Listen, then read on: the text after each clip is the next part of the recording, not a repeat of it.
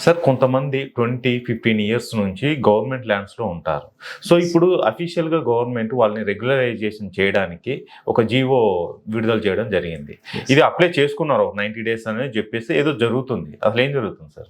Yes. Actually ఇప్పుడు government ల్యాండ్‌లో ఇప్పుడు జనరల్‌గా జీవో ప్రకారం అన్‌ఆబ్జెక్షనబుల్ గవర్నమెంట్ ల్యాండ్ అంటాం. అంటే ఎవరైతే క్లెయిమ్ చేయని గవర్నమెంట్ ల్యాండ్స్ గానీ, అర్బన్ ల్యాండ్స్ సీలింగ్‌లో వచ్చిన ల్యాండ్స్ ఉంటాయి.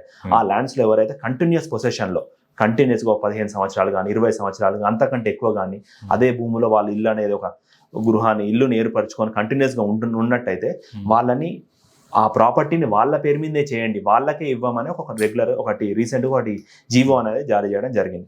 దీన్ని మనం జీవో ఎంఎస్ 59 అంటాం.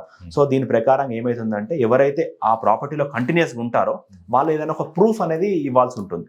ఆ ప్రూఫ్ ప్రకారంగా వాళ్ళు అక్కడ ఉంటున్నట్టు ప్రాపర్టీ ట్యాక్స్ కానీ, లేకుంటే ఎలక్ట్రిసిటీ బిల్ కానీ, వాటర్ బిల్ కానీ ఏదైనా ప్రొవైడ్ చేసి గవర్నమెంట్ ప్రొవైడ్ చేసిన ఒక ప్రొసీజర్లో మనం అప్లై చేసుకోవాల్సి ఉంటుంది.